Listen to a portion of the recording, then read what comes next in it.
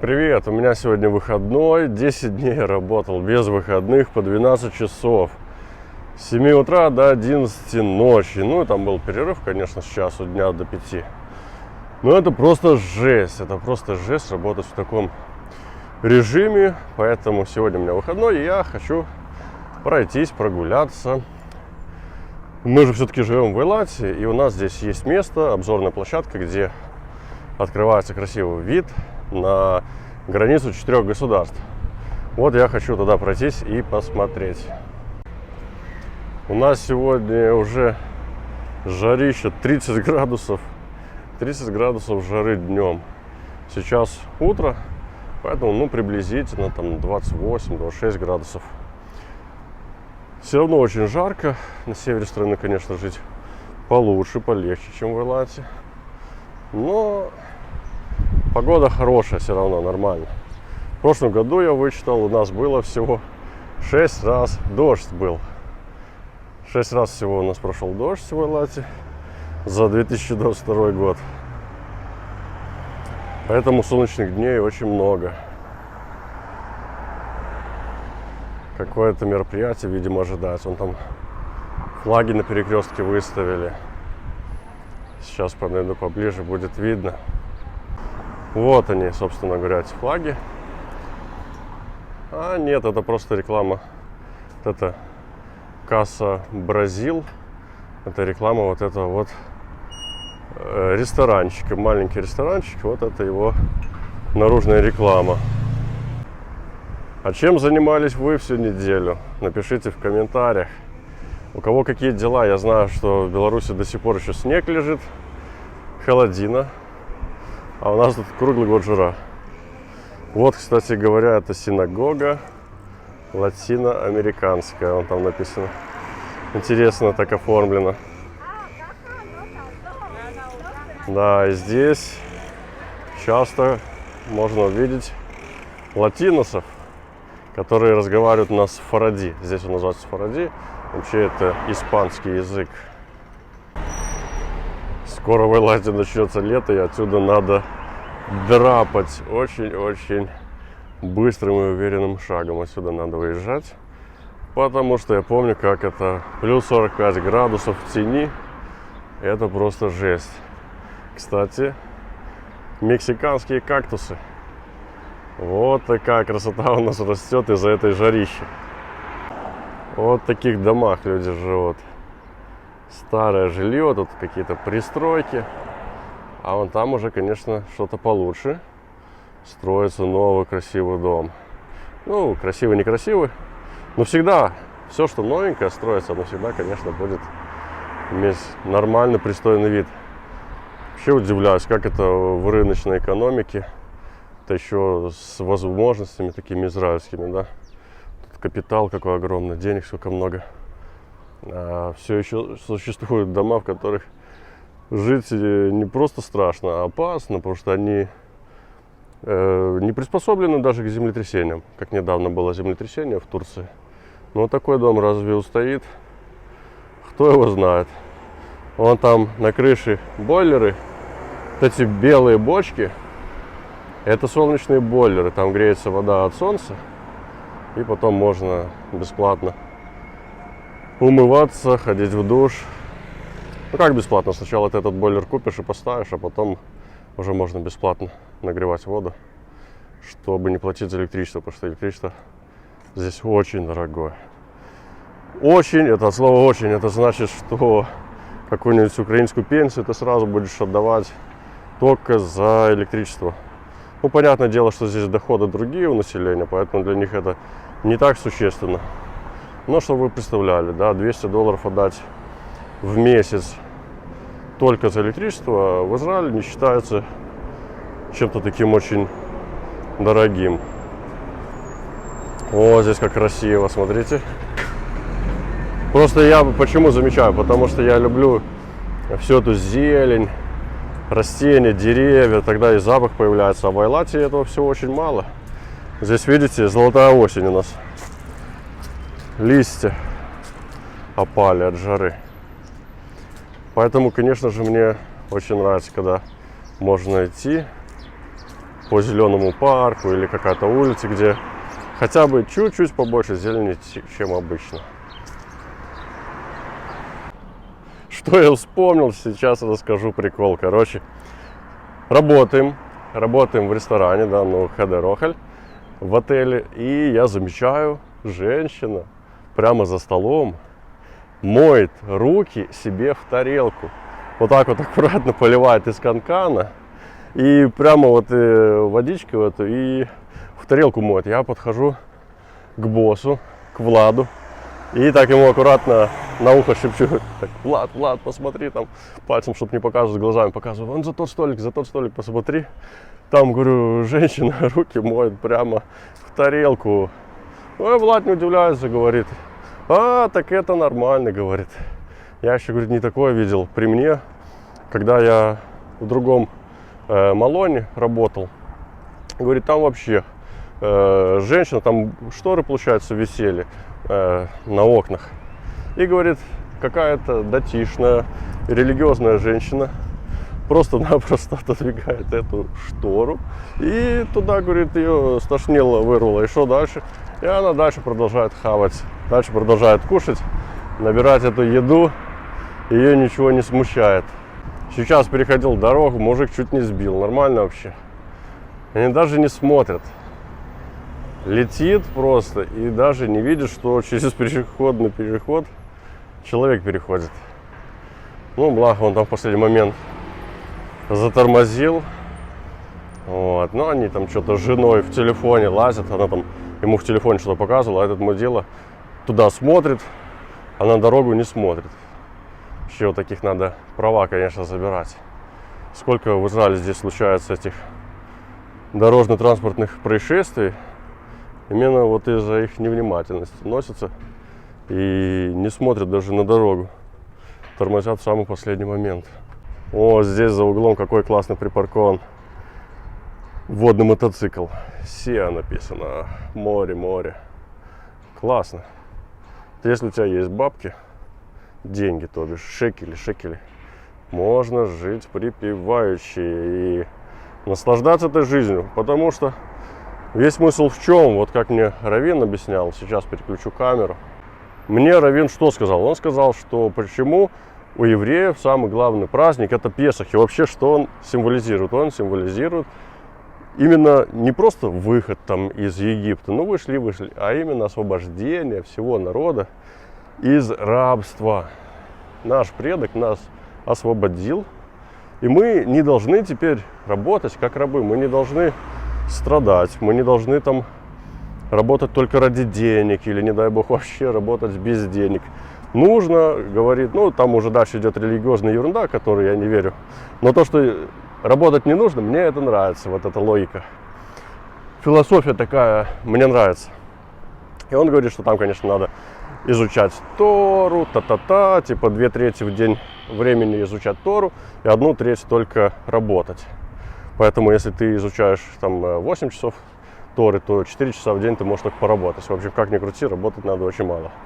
Но вот именно смысл мне очень нравится. И из-за того, что каждый год евреи его отмечают, этот Песах, с младенчества, да, они все это видят, у них и логика закладывается совсем другая, совсем другой менталитет у людей. Они растут, и они, не хотят работать. Потому что весь смысл в том, что вас освободили, и работать не нужно. Благодарность вот за это, за все. У христиан, естественно, все по-другому. Там говорится, что деньги это плохо. Там говорится, что надо быть скромным. Евреев скромных ты никогда не найдешь. Все евреи очень наглые. Ладно, не все, а то сейчас в комментариях хейт посыпется. Не все. Есть, конечно, мне вот нравятся, некоторые там приходят, религиозные парочки, они такие скромные, но большинство, вы себе просто не представляете, насколько сложно с ними коммуницировать. Они никогда ничего не просят, они все время требуют, им это надо, они не хотят ждать, давай, там это, то, все. В общем, не буду рассказывать, это все такое субъективное. Мухи, вот как они меня достали. Вот в этом Эйлате у нас здесь порт. И когда морскую рыбу привозят на танкерах, приплывают. Ее, которая там внизу, она задушилась уже, эта рыба, испортилась. И ее, в общем, там поближе к Египту скидывают прямо с этих танкеров. И туда, вот что интересно, приплывают акулы. У нас здесь есть даже акулы, ребятки. Можно приплыть туда, пофоткать, там с подзорными трубами. Некоторые даже наблюдают, как они там нападают на эту рыбу. Очень интересно. Но именно в те дни, когда рыбу эту скидывают, в городе появляется очень много мух, вот этих каких-то маленьких, таких молоденьких мушек, которые, ну, такие назойливые, такие уже надоядливые. Они, знаете, тут в пустыне в этой живут, им влаги не хватает, и они вот, у тебя чуть-чуть пот там на лбу выступил, все, они на тебя нападают, они его пьют, едят. Очень это надоедает, конечно. Так, вот перекресток, насколько я помню, нам нужно свернуть направо, на эту сторону. Думал, пройдем через одно интересное место, но оказалось, что нет. Оказалось, мы идем где-то по другой стороне. Ну ладно, я знаю, что сейчас там тоже будет очень интересное местечко. Сейчас покажу вам скоро. Такой небольшой тоже парк. Видите, система полива здесь немножко прорвалась. Водичкой тут все позаливало. Но насколько красиво вон смотрятся все эти кустики красненькие. Вон там пальмочки такие маленькие, большие. И просто тенистые деревья. Насколько их не ценишь, когда живешь в хорошем климате. И насколько начинаешь ценить, когда вот переезжаешь в пустыню, и тебе просто негде спрятаться от этого солнца. И только вот тенистые деревья. Слава Богу, что есть. Опа, там справа, кстати, какое интересное место, сейчас покажу. Вот такая красивая лестница. Очень красиво смотрится. Вон, посмотрите на эти израильские окна. Видите, здесь такие типа жалюзи, но это нифига не жалюзи. Это трисы называются. Предназначены они для защиты от солнца. Потому что оно здесь такое мощное, что квартира прогревается, невозможно внутри находиться. Красота, красота. Кустики кто-то высадил. Опа, птичка полетела. Не знаю, на камеру попала или нет. Не успел посмотреть. Не успел увидеть. Напишите в комментариях, попала там птичка или нет. Видите, здесь бордюры как раз тут желтый с красным. Значит, парковаться здесь нельзя. И люди соблюдают. Вот здесь можно видеть, что когда уже пошли синие-белые бордюры, тогда люди начали парковаться. Там, где красно-белые или красно-желтые, парковаться, конечно же, нельзя. И соблюдают, в принципе. В принципе, соблюдают. Потому что самое главное — это деньги. А так как штрафы большие, то деньги никто не хочет тратить на эти штрафы. Поэтому приходится соблюдать. Заговорил про деньги, сразу вспомнил анекдот. Мне тут недавно рассказали. Ну как? Рассказал раввин, потому что он у нас такой приколист вообще. Я люблю туда ходить, послушать его. И он рассказывает, в общем, американский президент, допустим, Обама. Без разницы, не имеет значения кто, ну вот, допустим, Обама.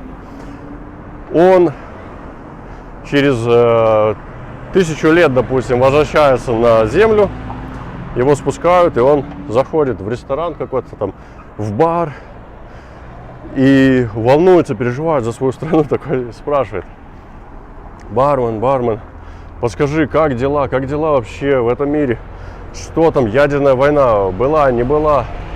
Что вообще происходит? Он такой: все нормально в этом мире, все хорошо. Он говорит: а как наша страна, как Америка? Она все еще великая страна или уже проиграла? Как она? Вот что с Америкой? Бармен отвечает: да, все хорошо, все нормально с Америкой. Он говорит: а как вообще? Кому мир принадлежит? Кто самый главный? Кто самая мощная нация в этой стране? Мы главные. Он такой: да, все хорошо в этом мире. С вас 5 шекелей. Вот такой анекдот от раввина с намеком на будущее. Да, все у нас хорошо, все классно, все это. С вас 5 шекелей в Америке, да. что Америка когда-нибудь будет еврейской страной. Район частных вилл. Ух ты ж, ешь. Что это за тачка? Сейчас подойду ближе. Что это за машина, народ? Кто разбирается в тачках, я такую даже модель не знаю. Что это такое? Ближе подходить не буду, потому что здесь все-таки все частная охрана, еще что-нибудь начнут подозревать. Но вот это даже Тесла, по сравнению вот с этой тачкой, она теряется просто. Огромный какой-то монстр. Опа, а вон там Мазерати выехала только что. Ёлки-палки. Для тех, кто не в курсе, просто Мазерати это такая дорогущая точила. Поэтому я так удивился. Ну вот, собственно, вход в эти виллы. Ну, это вход именно в те виллы, которые находятся у дороги. Понятное дело, что там, если со дворов заходить, то виллы есть гораздо круче, гораздо красивее. Но вот здесь, видите, кстати, бордюры все выкрашены в разрешающий цвет, да? Сразу понятно, что можешь ставить свою машину прямо вот здесь, возле входа, допустим. Такой декоративный мостик. И посмотрите, сколько здесь шлангов. Все эти шланги — это капельный полив для растений, потому что в этой жаре ничего само по себе не растет, приходится за все платить. Хочешь маленький цветочек — плати бабки. Хочешь растение, кустик — плати бабки. Поэтому, когда кто-то там у вас в многоквартирном доме выходит и клумбу свою украшает, что там полит, сорняки, то надо быть благодарным за то, что это все растет бесплатно. Кустик ваш вырос бесплатно от природы. Как говорится, Бог просто полил его дождиком, нагрел солнышком. Здесь солнце очень мощное. За все нужно платить денежки. За полив и за все остальное. С левой стороны у нас открывается потрясающий вид вот на такие горы. Там вон горы иорданские. Залив Красного моря. Он называется Акабский залив. Потому что Акаба — это вот этот самый город иорданский. Ну и, соответственно, эта часть Красного моря называется Акабский залив. Но евреи его называют в честь своего города. Евреи его называют Эйлатский залив, в честь города Эйлат. Вся вода, которая выпадает в городе, вон там в горах, возле этих высотных зданий, путем прохода через вот этот каньон наш местный, нерукотворный, но руки тут тоже приложили свои усилия, и его так немного облагородили. Там вон есть смотровая площадочка небольшая такая, туда можно зайти вот по этому прям мостику и посмотреть на этот каньон. И, в общем, вода по этому каньону бежит под мостом и прямо впадает в этот Эйлатский залив.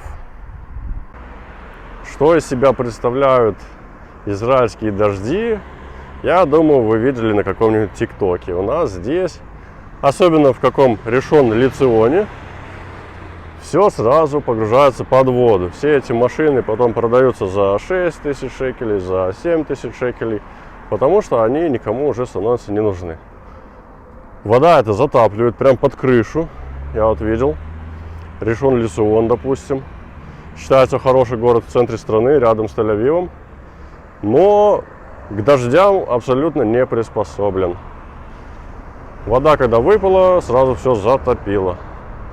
В этом плане в Эйлате жить, конечно, гораздо комфортнее. У нас здесь дожди, как я уже говорил ранее. 6 раз был дождь всего за целый год. Понимаете, за целый год всего 6 раз. Конечно, мало что растет, но зато у тебя нету никогда зонта. Ты даже не паришься по поводу погоды. Ты просто выходишь в любой день и пошел. О, видите, здесь на входе на спортивную площадку, вот она спортивная площадка, а здесь установлены бесплатные штуки с водой. Можно набрать. И есть вот такая штука. Сюда ставишь бутылку и наполняешь. А оно мне, кстати говоря, сейчас и пригодится. Потому что у меня своя собственная водичка закончилась, а очень жарко. Поэтому я сейчас наполняю свою бутылочку и продолжаем свой путь. Спортивная площадка также расположена под естественной тенью от этого большого дерева. А вон, сейчас поближе подойдем, увидите, насколько деревья бедные не выдерживают этой жары. Вот посмотрите, с него сочится сок или смола. И очень многие деревья здесь вот так вот плачут от этой жарищи.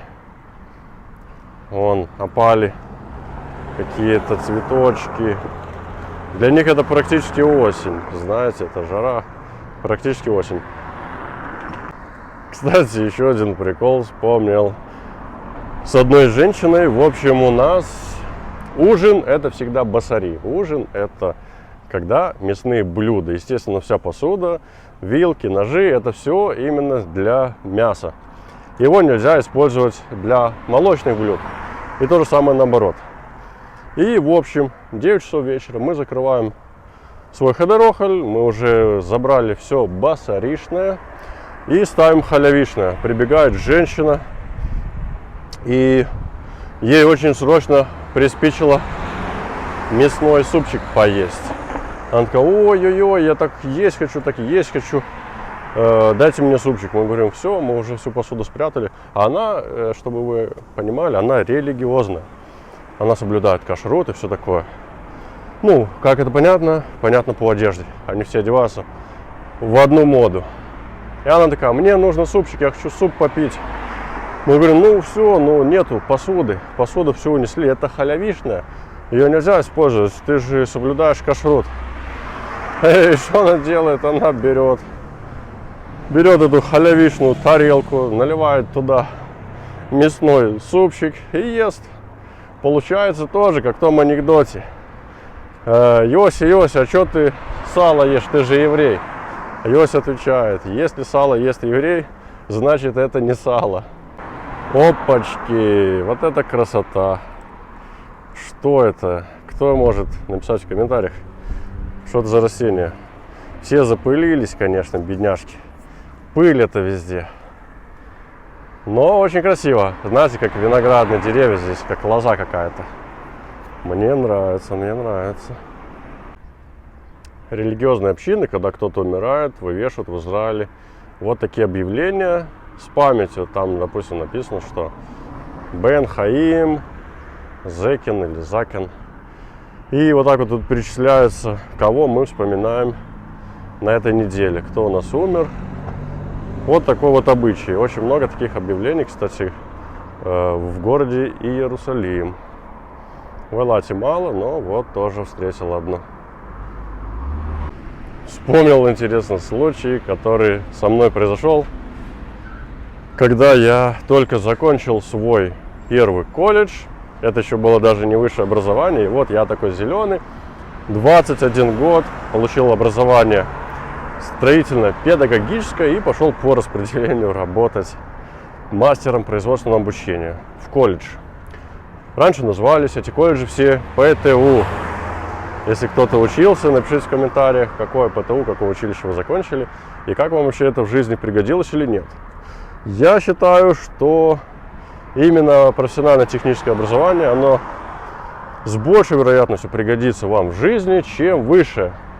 Высшее, по сути, если ты устроишься по специальности, будешь работать, окей, классно, молодец. Но именно в жизни сделать ремонт, там что-то шпатлевать, положить плитку, установить раковину, сделать розетки, тебе все это даст именно профессионально-техническое образование. Поэтому оно чаще всего сгодится в жизни. И, как говорится, никогда ты голодным в жизни не останешься. Руками всегда сможешь заработать, абы было здоровье. И, в общем, я по направлению попадаю в колледж. 31 августа у нас происходит. Сейчас я, наверное, все-таки переключу камеру, чтобы было видно красивый вид, и буду дальше продолжать рассказывать свои эти рассказики. 31 августа у нас назначена репетиционная линейка. Для того, чтобы 1 сентября все прошло по плану, без всяких эксцессов. И у меня группа была 30 человек или даже 31. Те, кто связан с педагогикой, знают, что если у тебя 24-25 человек в группе, то тебе еще платят надбавку, да?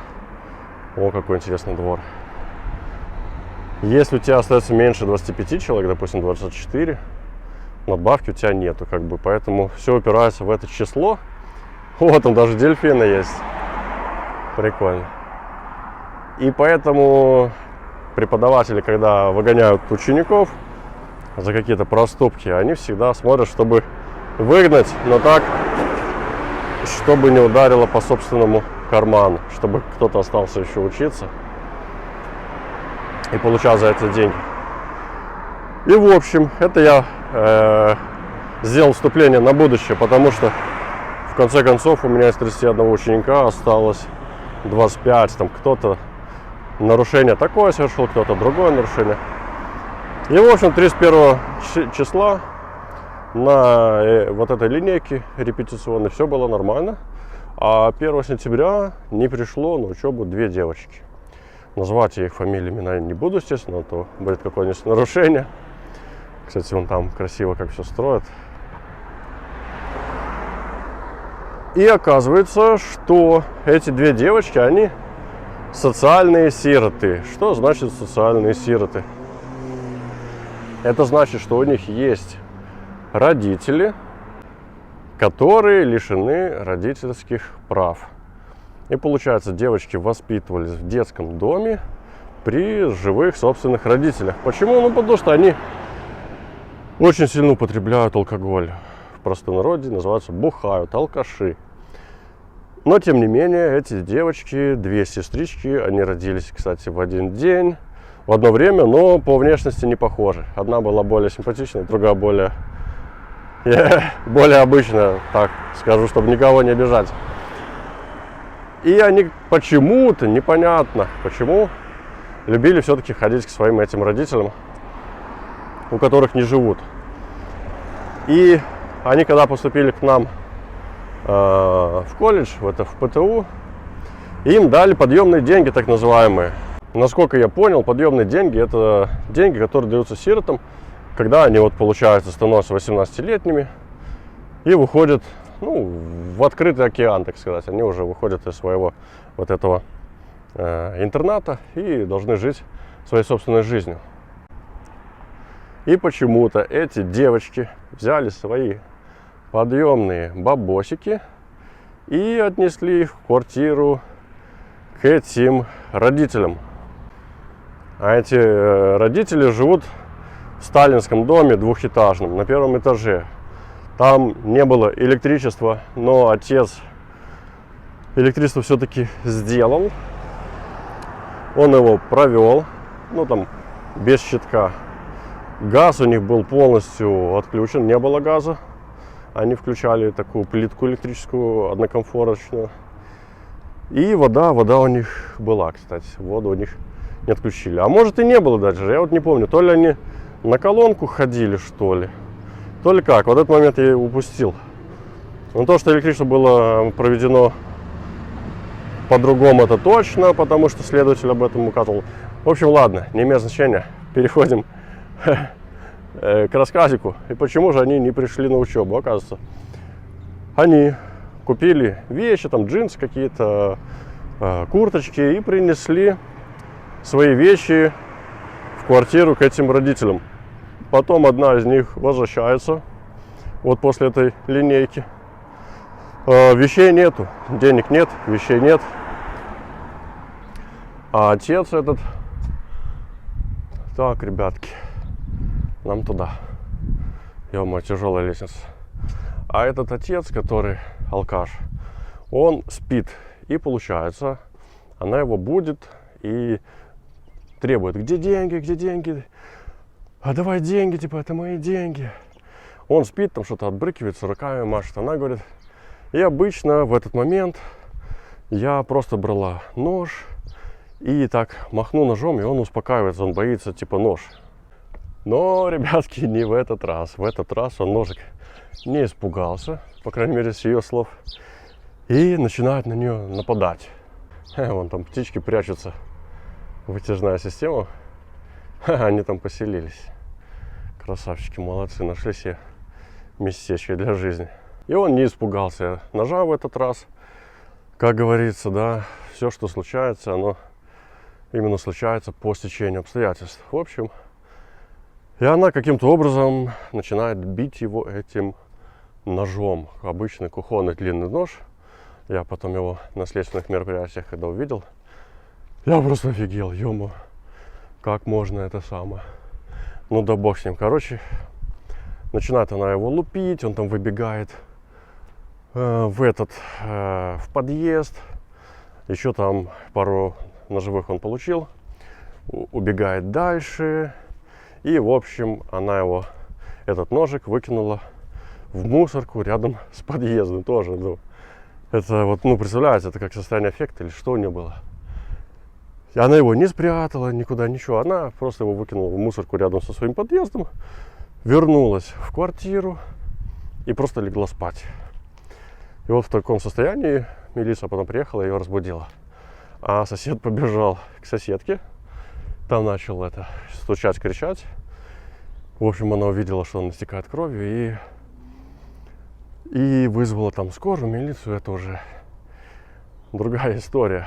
В общем, как мне рассказывал следователь, присяду отдохнуть, потому что я уже просто в шоке. Он у меня следы какие остаются от моего портфеля. Как сказал следователь, что нормальный человек, он бы уже давно коньки отбросил, потому что по итогу у него, у этого отца, было 17 ножевых ранений. А у этого отца, получается, настолько все в организме заспиртовано, что на него микробы и бактерии никакие не напали, и в итоге он, конечно же, выжил. 2 из которых условно смертельные. Говорит, почему условно смертельные?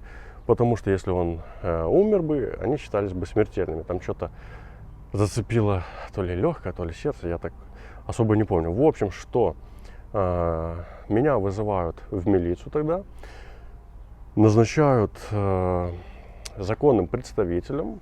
Ну, наш колледж почему-то взял ее на поруки, и вот я был законным представителем, ездил на все эти допросы, потому что ее сразу закрыли, эту девочку, у нас там в Минске, Володарского, что ли, да, вот эта улица называется, ее туда сразу закрыли. И были допросы, и надо было приходить там следить, чтобы на нее не оказывалось никакого психического давления. Тоже такой момент, я, естественно, там до этого ни разу не был. Я туда, когда пришел первый раз, там надо было все посдавать, телефоны, там, ключи, все, что с собой принес. Я это все сдал, и потом там, получается, все коридоры, они сделаны так буквами Г или, ну, вот как, вот так вот, да, как змейкой. И в этих вот углах есть стол, и сидит милиционер, или кто он там называется, и смотрит в эту сторону в коридор и в эту сторону в коридор, чтобы там ничего не произошло. И нельзя, получается, открывать одновременно 2 двери, потому что тогда не будет вот этого просмотра, и он не сможет посмотреть, что между 2 этими дверьми происходит. Может, там передача каких-то веществ будет или еще что-то. Естественно, я этого, ничего не знал. Мне сказали, по-моему, камера или что там, номер 3 или номер 6, и все. Я туда пошел. Помню просто момент, когда уже начался крик, и мне кричат, типа, закройте дверь, закройте дверь. А я не понимаю, кому, потому что кроме меня в коридоре еще там кто-то был. И, по-моему, с той камеры кого-то выводили. С милицией было сопровождение. И, в общем, они открыли дверь, а у меня почему-то оказалась моя дверь открыта. Я уже не помню, то ли я ее сам открыл, то ли мне ее открыли. В общем, это было запрещено, мне кричат, это милиционерша. Закройте дверь, закройте дверь. Я не понимаю, то ли мне, то ли ему, короче, затупил там немножко. В общем, такой момент был. Захожу в эту камеру. Зашел в камеру, сажусь, и, стул, получается, как-то далековато от стола. Я такой думаю, сейчас я его, немножко поближе задвинусь к этому столу. В итоге я чик-чик, не двигается, смотрю, ножки металлические, они прям к полу болтами прикручены. На стол смотрю, стол тоже прикручен. Я уже думаю, что это за приколы такие. Ну, я сразу сообразил, естественно, я же фильм смотрю, что это походу для того, чтобы стулом там никто никого не присанул, не побил. Смотрю наверх на лампочку, там лампочка такая энергосберегающая, и через нее просунут велосипедный замок и как-то там к чему-то еще пристегнут. Получается, чтобы даже лампочку или что, или у меня первая мысль была, что это сделано, чтобы еще лампочку никто не украл, там, энергосберегающую. И, в общем, приводят эту Ларису, я думаю, имя называть можно, фамилию не буду. Приводит эту Ларису, она там: здравствуйте, Виктор Игоревич, ну, привет, Лариса. Она присаживается вот рядом, ну, с левой стороны со мной сидела, я здесь сидел. А перед нами за столом пришла с черными волосами, с такими, следователь, женщина. Я еще сначала так посмотрел, думаю, вот такая нормальная, молодая, все, она там что-то сказала, типа, вы знаете, для чего вы здесь? Я такой, ну, типа, в общих чертах знаю, да, ну, там, чтобы не было давления психологического и все такое. Ну, окей, типа. И она начинает там что-то спрашивать у этой Ларисы. Эта Лариса такая, знаете, на расслабоне вообще себя ведет. Я вот что удивился, ну, ей вообще было пофиг. Она вот, ну, в тюрьме уже тогда просидела, не знаю, сколько, неделю-то и 2. А ей пофиг. Она просто вот такая, типа, ну, допрос такая. Это ей спрашивают, типа, зачем ты его хотел убить? Она отвечает, если бы я его хотел убить, я бы его убила, типа. Я такой думаю, нифига себе. Ну, какие грамотные ответы, да? Я думал, она скажет, типа, я случайно. Она такая, нет, если бы я хотел убить, я бы его убила, типа, там, ТДП. И что-то там это говорит, ну, так все, давай вот, что-то там. Ну, короче, надо было какой-то ответ дать, определенный. И расписаться. А Лариса тоже, видимо, то ли с адвокатом поговорила, то ли что, короче, она это, ну, не хотела идти на поводу этой следователя. И она такая, типа, нет, там что-то я не согласна, я так не сделала, там что-то. И это следователь такая, знаете, на стол такая облокотилась руками, такая кричит, да я тебя засажу, сука. Такой, я такой, ё-моё, я, короче, сижу, просто вот так наблюдаю эту картину, это ж не по телеку, это в реальной жизни. И такой прессинг, и я уже сам чуть штаны там не обделался. А на Ларису смотрю, я вообще по барабану. Я такой, хочу сказать, типа, знаете, как привычка преподавателя. Можно я руку подниму, да, можно мне слово, вы, оказываете психологическое давление, да, но вот не знаю, как воздействовать на нее, чтобы не кричала. Но смысл не в этом. Она там просто крикнула, так, да я тебя засажу. И все, они там дальше начали что-то базарить. Я такой, ё-моё, ну, встрепенулся, в общем. Какие здесь красивые домики стоят. Там цветочки, здесь флаг Израиля. Что в Израиле все очень патриотично настроены. Но это, естественно, как противодействие палестинским арабам, которые настроены как раз-таки наоборот. Поэтому здесь приходится быть патриотом. Если ты не за нас, ты против нас. Логика очень простая здесь. В общем, приехал вот один раз тогда на допрос, второй раз на допрос. И для меня это уже тоже стало таким более каким-то пресным, обыденным тоже. Я уже привык, я уже так тоже сидел, типа, не парился, понял, что эту девчонку так просто не возьмут, и все. А почему это все происходило? Потому что отец в это время находился еще в больнице. Он лежал в этой больнице и, как следователь говорил, ну, потому что или это дознаватель, я не знаю. В общем, в тюрьме допрашивала женщина молодая, а вообще общался я с мужчиной с одним.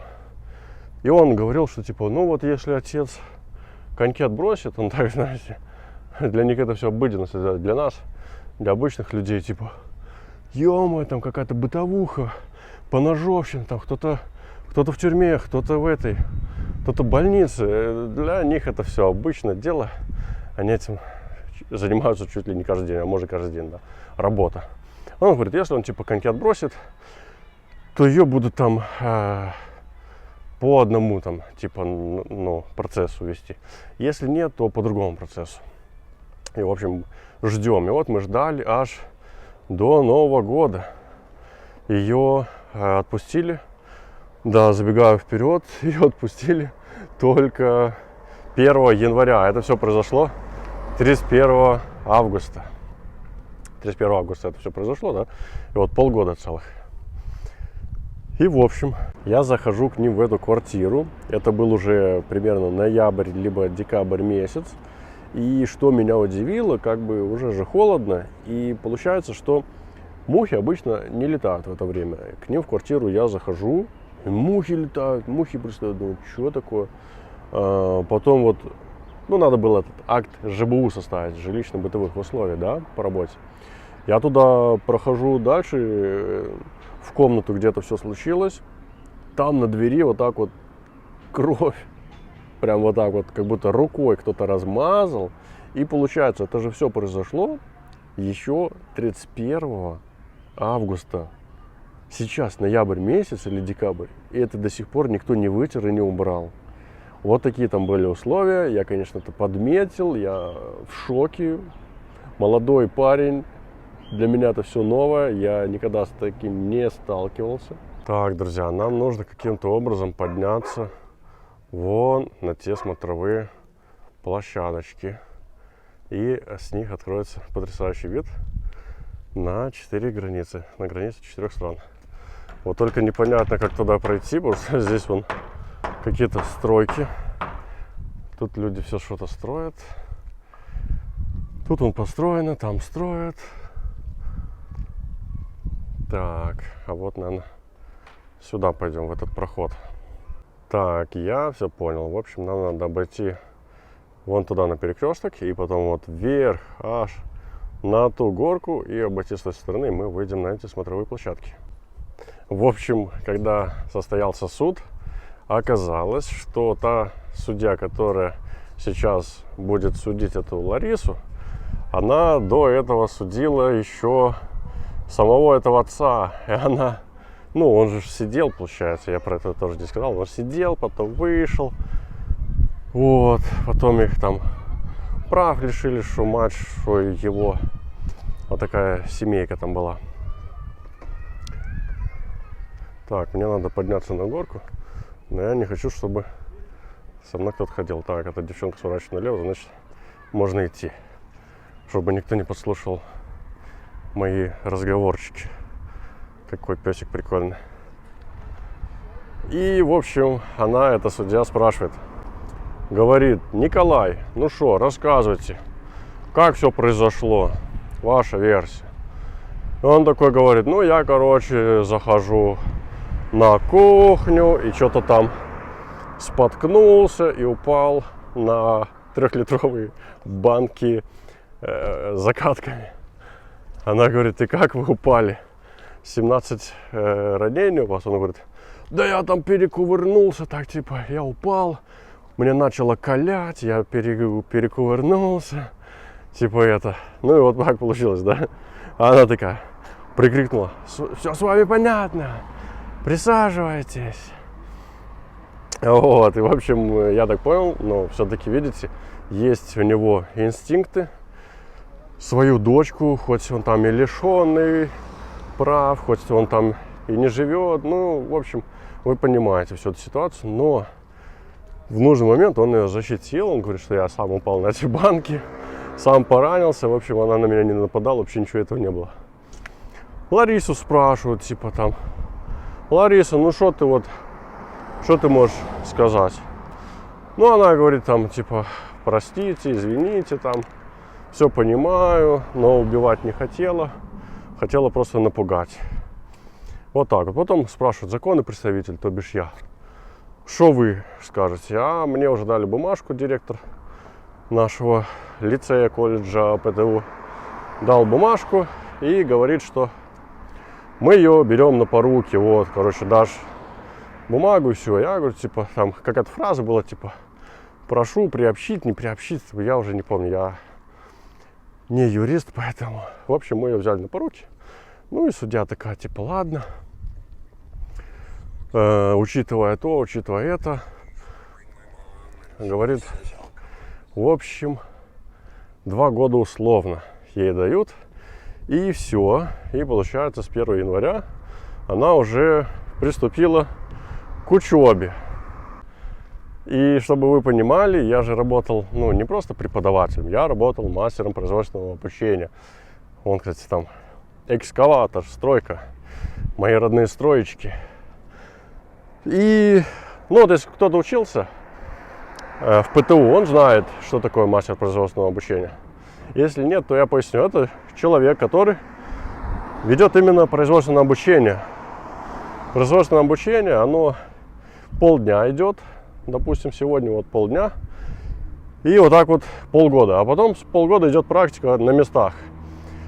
У меня были строительные специальности, естественно, штукатур, облицовщик, плиточник, изолировщик на теплоизоляции, маляр.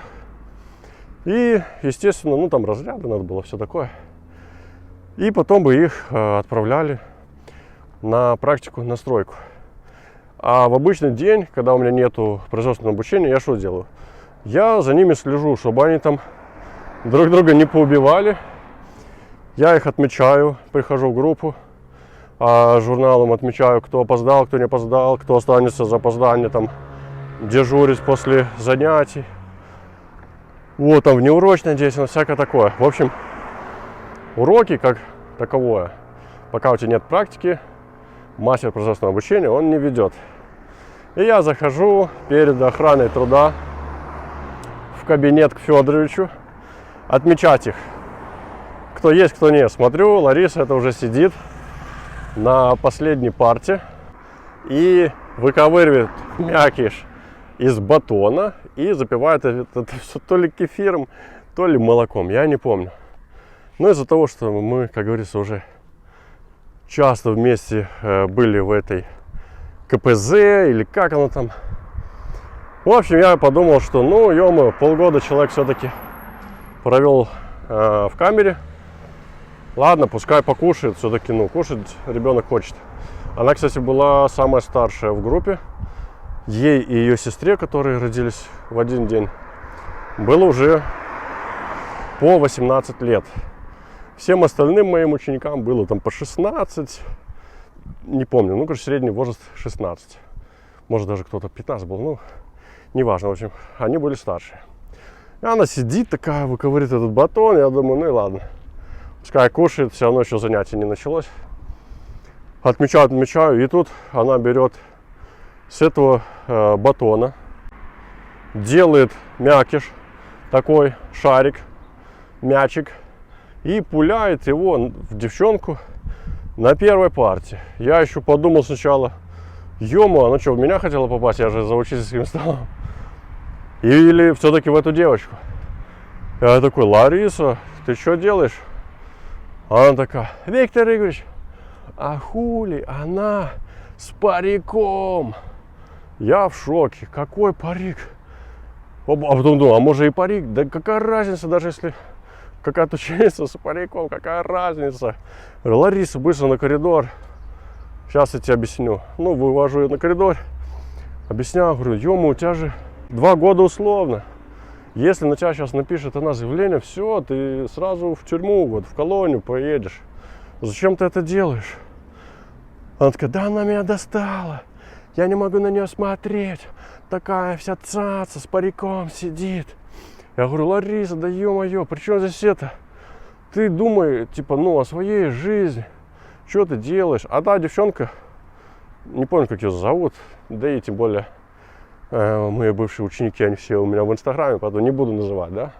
Но кто знает, тот знает.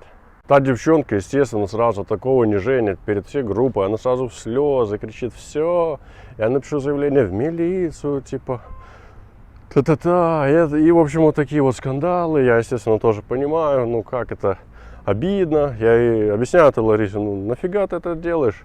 Сейчас вот напишешь заявление, тебя сразу отправят, у тебя 2 года, ты тут ерундой маешься. Бери, учись и все, получай образование, получай профессию, иди работай. Найдешь себе потом мужа нормально, будешь жить. Ну, что ты это, жизнь себе ломаешь. Но она все равно там что-то начала, какая-то логика. Ну вот, почему они совершают все эти правонарушения или преступления? Вообще, Уголовный кодекс, он нужен, получается, именно для людей, у которых именно вот это животное начало более развито, чем логика, чем нормальные какие-то нравственные понятия. Потому что для обычного человека, что значит украсть, убить кого-то или еще что-то? Это и так запрещено, это и так понятно, что это все плохо, и это делать даже желания никакого не возникает. И уголовный кодекс никакой не нужен. А вот для таких, которые у них мозг не сильно отвечает за их действия, а более, они такие, знаете, вспыльчивые, у них такое, как в психологии говорят, более животное начало. Вот для них как раз это и нужно. И она все равно не понимает, она такая, знаете, права качает. Потому что я все равно там буду ее прессовать, все такое. Ну, я поговорил, там, заместитель директора по воспитательной работе с ней еще поговорила. Ну, вот так вот. Говорили, в итоге через 2 года вроде, по-моему, через 2 года, там вроде 3 года надо было учиться, потому что там еще была 2-я ступень, давали потом среднеспециальное образование. В общем, ее отправили, нашли ей работу. И то, ее же все хотели выгнать с группы. Вот, у меня это была первая группа, мне было все равно, но остальные все хотели ее выгнать из администрации. И надо было, ну, найти ей работу, потому что нас сразу вызвал какой-то министр что-то труда и социальной защиты или что он такой. Он четко, там был директор, я и замдиректора в кабинете. Он, ну, на нас даже не обращал внимания, он только на директора. И он на него такой кричит, типа: Михалыч, да ты что, на улицу ее выгонишь, что ли? А потом она ко мне в балкон залезет и меня ограбит. Не дай бог, поручаю найти ей работу, принести мне, типа, уведомление, где она будет работать, на улицу ее не выгонять. Вот, ну, в принципе, что, ну, как бы правильно, логика правильная. Потому что, ну, раз она уже такая балбеска, то что она будет делать, если ее просто выгнать и все, не дать ей там никакого ключа к этой жизни. Естественно, она будет какие-то правонарушения совершать. Ну, в итоге работу ей нашли. Работу нашли, это вообще жесть. Представляете, куда? Вот, ну, вот напишите в комментариях, куда бы вы устроили девочку, которая 17 ножевых ранений нанесла своему отцу. Вот куда? А я вам через секунду расскажу. Если не знать, что вон там, вон, располагается смотровая площадка, сразу ее не найдешь. Здесь какой-то забор строительный. Тут вон жилые домики, дома. Там тоже какие-то жилые дома. Дорога. И никто не знает, что вон там, вон, только местные жители знают. И гиды. И находится потрясающая смотровая площадка. Еще чуть-чуть, и мы с вами до нее дойдем. Ну что, написали в комментариях, куда бы ее устроили на работу? Говорю вам ответ. Ее устроили на работу помощником воспитателя в детский сад. Вот так вот. Ну, просто я в шоке, как эта система вся устроена. В итоге она все равно там не стала работать. Она не пошла туда. Я уже не помню, то ли ее выгнали, то ли что. В общем, она с каким-то парнем связалась, который вместе с ее мамой, вот этой лишенной прав, они залезли кому-то в квартиру через окно. Тоже дом был этот сталинский такой, двухэтажный старый дом. Они туда залезли, обокрали в итоге. Этого парня сразу приняли. Мать, по-моему, все-таки почему-то не приняли. Не знаю уже почему. Ой, в итоге так. И в итоге так получается, что ее сразу, ну, парня арестовали, мать нет. Но она начала опять там что-то, она уже у парня жила, теперь ей негде жить. Вот, начала что-то там болтаться где-то. Ну, не знаю, как ее там жизнь дальше продолжилась, потому что она уже была не моя ученица. А что интересно, у нее сестра, вот эта ее близняшка, которая на нее не похожа нифига, да, но которая симпатична. Она мне такая заявляет в один прекрасный день: Виктор Игоревич, а вот никто не знает, а я тоже его ударила пару раз. Говорит, я его ударила ножницами, но мы с Ларисой договорились, что она про это никому не расскажет. Я сижу такой, ё-моё, что это за ученица? Одна ножом, другая ножницами. И она мне так это сейчас рассказывает. Ё-моё, я в шоке был просто. Первая группа такая попалась, а мне сразу сказали, я, получается, когда учился, я был, естественно, ну, не естественно, я просто был, ну, отличником. Закончил 2 учебных заведения, диплом с отличием. И мне сразу, когда мы пришли по распределению, это был что ли июнь или июль, мне сразу директор сказал, что, ну, так как ты, типа, такой вот весь, не помню уже какие там слова, ну, короче, мы тебе дадим сложную группу. А в ПТУ почему-то сразу считается, что сложная группа – это та, в которой есть девочки. И всех девочек собрали ко мне в группу. А группа там, где были только одни мальчики, дали моему другу, который тоже по распределению пришел. И он с этой группой благополучно работал. Тоже там, сколько лет мы? 3 года, по-моему, мы вели. Вот я свою группу, он свою. А потом я все-таки подумал, что, ё-моё, 3 года жизни я уже потратил, да. Ну, конечно, какой-то опыт такой интересный, там все. Вот эти рассказы можно порассказывать. Мне там 21 год. Сколько я еще до пенсии смогу таких групп? 10 раз по 3, и все, и моя жизнь пролетела, и это все, что я успею в этой жизни. В итоге я, так как это было двойное образование, педагогика и строительство, я с другом решили уволиться, и мы пошли работать на стройку, мастерами на стройку. Вот на этой справа, которая обзорная площадка, там уже туристы стоят, на левой никого нет. Поэтому я так думаю, что мы пойдем просто налево. Вон они на том автобусе приехали. Видите, местный туризм.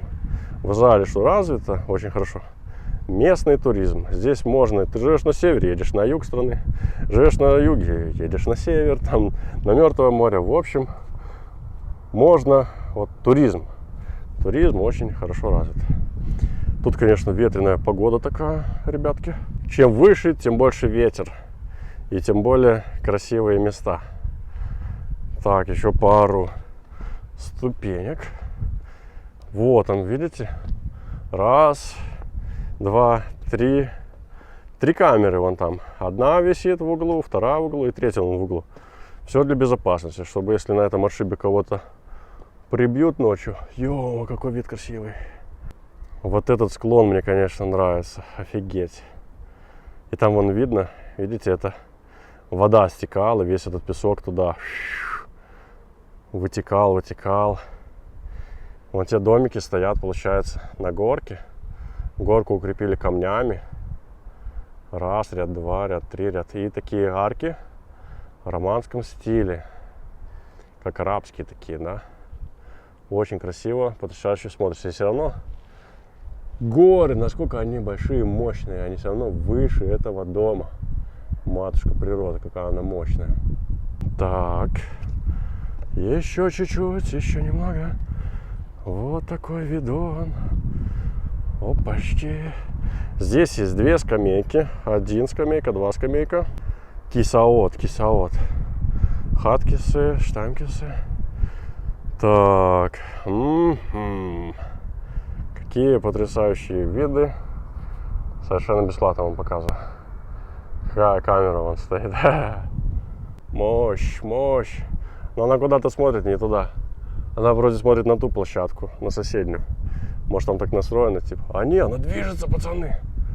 Ребятки, она движется. Она только что изменила свое направление.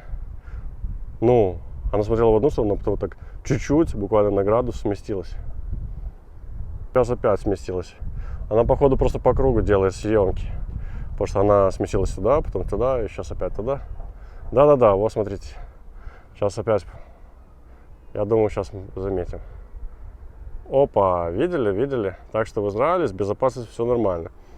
Если камера стоит, то значит она работает. И, возможно, кто-то даже на нее смотрит. Вот такой видончик. Потрясающий вид. Там у нас сегодня аж 3-4 баржи или контейнеровозы, не знаю. Напишите в комментариях, что это за корабли такие. Там у нас порт, вон куча автомобилей Hyundai. Сюда корейский автопром любит продавать свои автомобили в Израиль. И если взяться еще правее, вон туда, сейчас я перейду на эту сторону, вон там, где вон тот корабль, вон он, там уже Египет, ну совсем рядом, видите, да. И именно там сбрасывают эту рыбу. рыбу сбрасывают, которая там внизу подушилась, и приплывают акулы. Там еще у нас есть коралловый риф. В общем, там можно наблюдать красивые виды в море. Вот это город Эйлат. Он заканчивается вот там последний Малон, отель. Это вот этот огромный, вот он прям по центру экрана, это у нас Херац. Он заканчивается и заканчивается государство Израиль.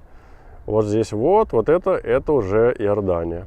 Это город Акаба, или Акаба, как говорят иорданцы.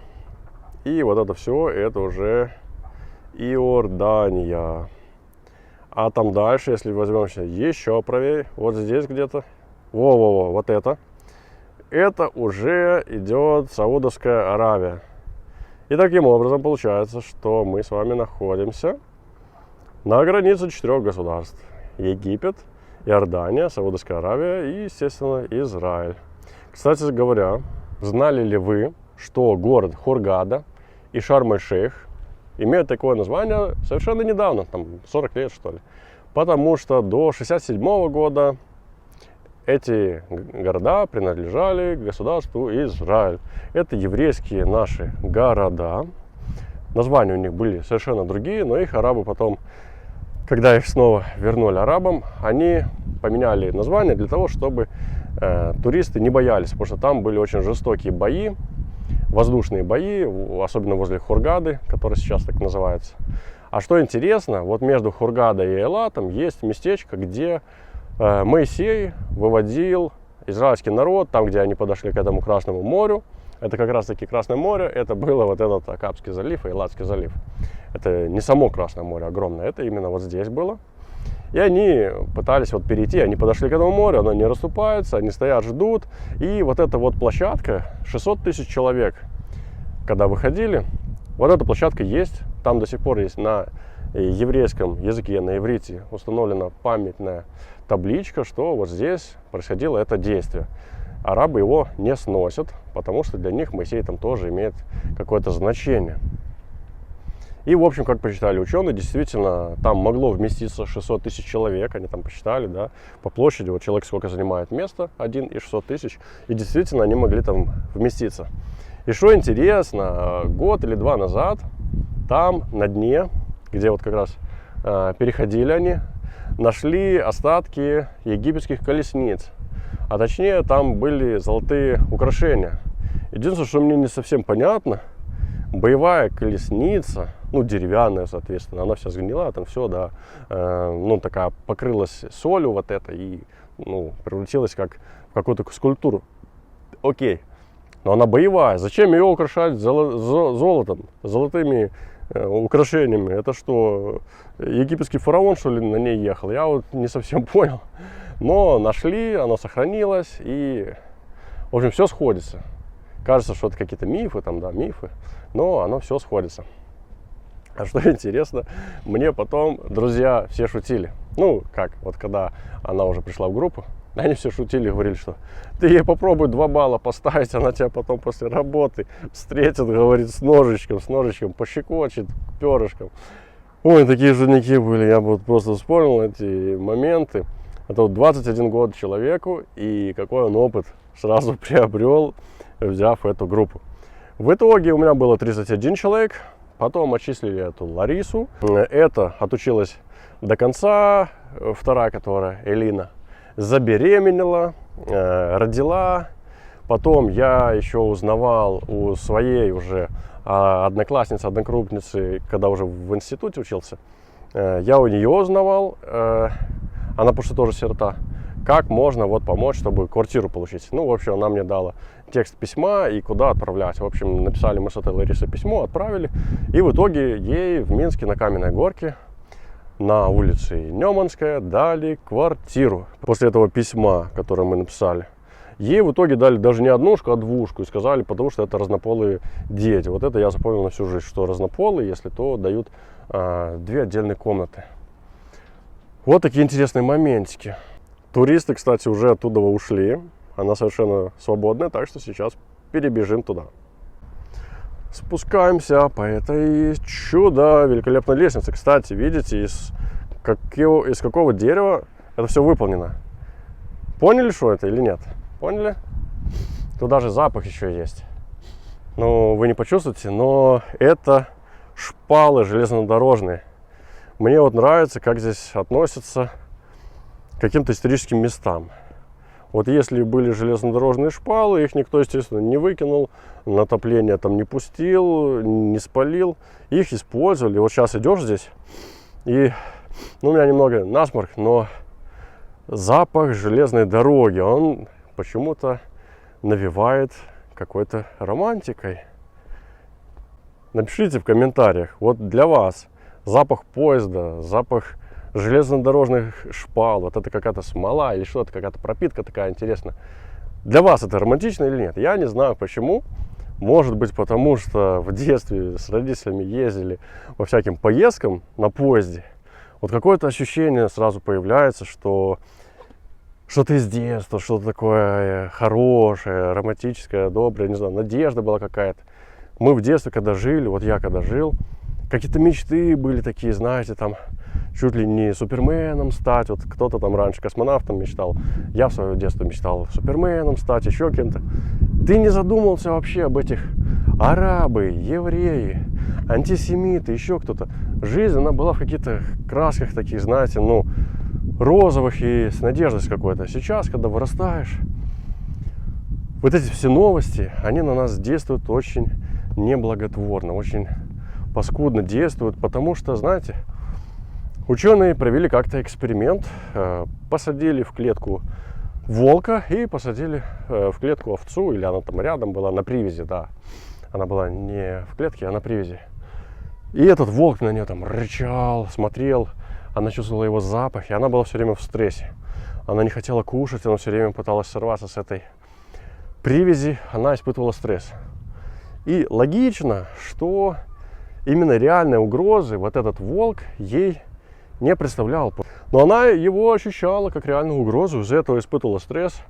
У нее выделялись гормоны определенные, кровь мобилизировалась, шла именно к органам, к тем, которым нужны для того, чтобы убежать, скрыться от хищника. Естественно, она не хотела кушать. О, кто-то шахматную доску забыл. Вон она лежит на скамейке, шахматная доска. Туристы, но я ее открывать не буду. В Израиле самое главное правило — ничего не трогать руками, потому что бывают и фонарики заминированы.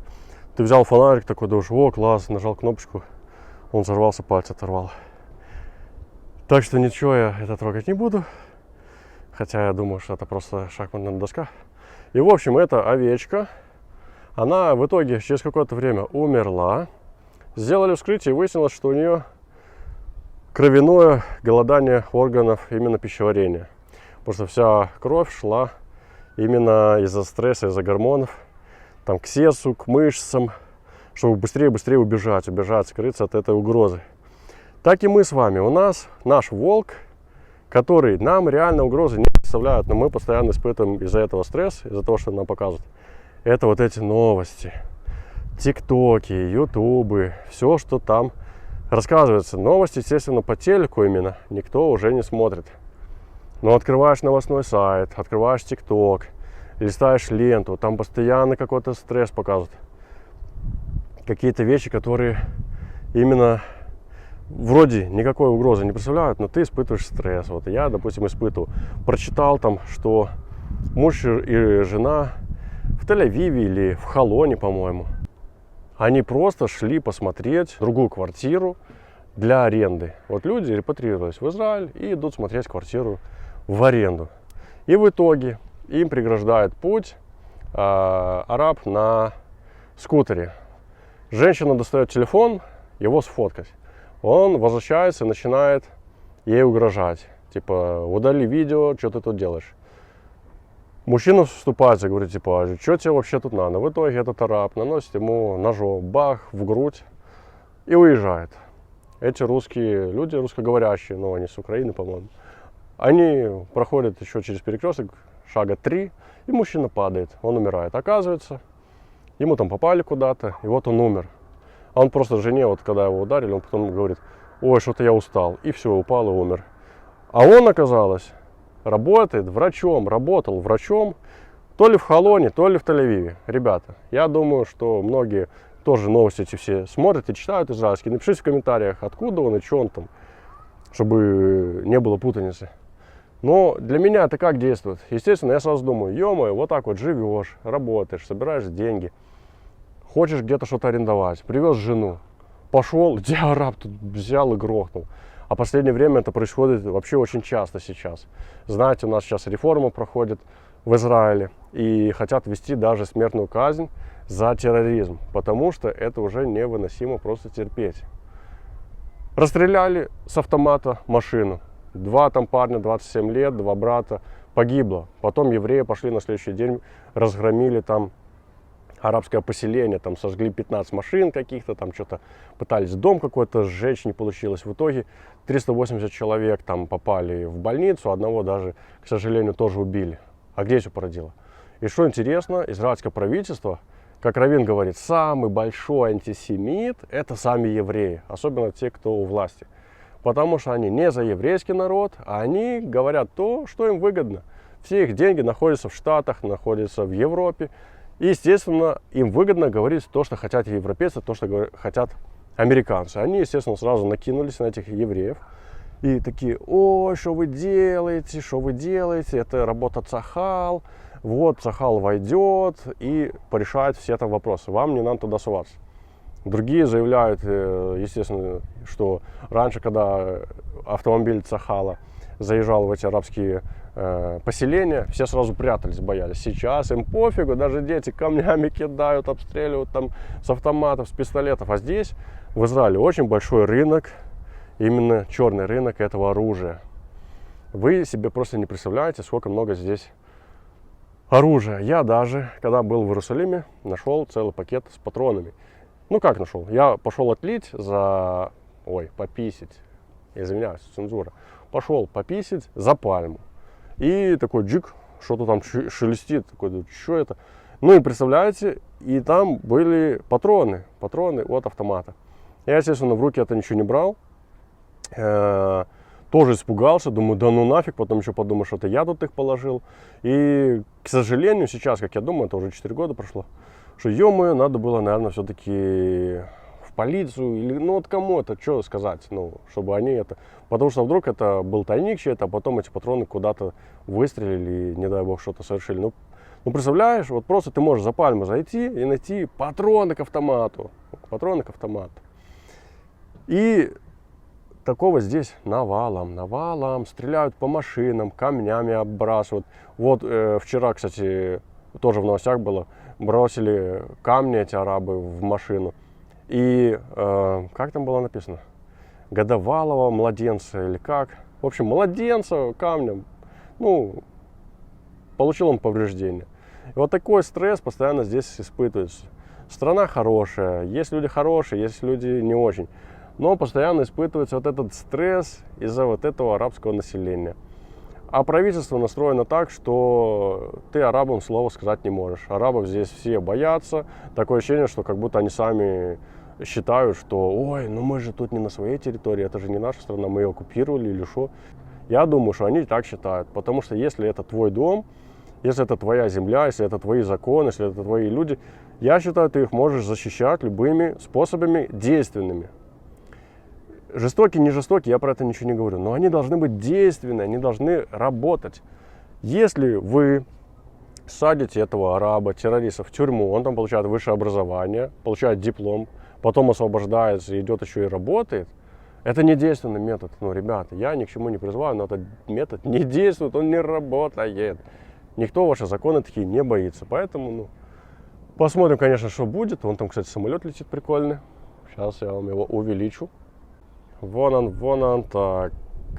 Еще попробуй попади на него, чтобы он попал в кадр. Вон он, самолет, интересно такой, видите? А здесь, оп, вот так вот это все выглядит, там он вверху летит. Друзья, не хочу заканчивать на негативной ноте. Потрясающий вид, потрясающая погода. Кто живет в Израиле, молодцы. Работаем, продолжаем жить. Кто в Израиле не был, приезжайте, наслаждайтесь. Смотрите, сейчас 2 марта. И какая офигенная погода, какая теплыня, красота, особенно вечером, когда солнце спрячется, ходить по парку гулять, это просто потрясающе. Такое ощущение, что этот Эдемский сад был вот именно где-то здесь, на израильской земле. Ребята, кто не подписан на канал, подписывайтесь. Спасибо за лайк. Обязательно поставьте лайк этому видео, чтобы он набрал как можно больше просмотров. И до новых встреч. Всем пока. Увидимся с вами в комментариях.